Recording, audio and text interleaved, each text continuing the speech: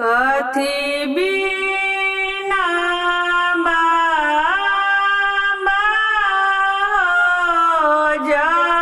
जौरी नासी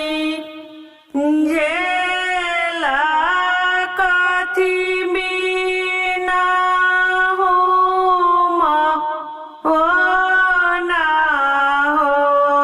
सुए कथी बिना बाबा हो धर्म ना हो लाहो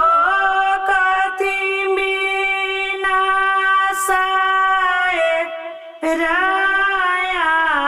नाराय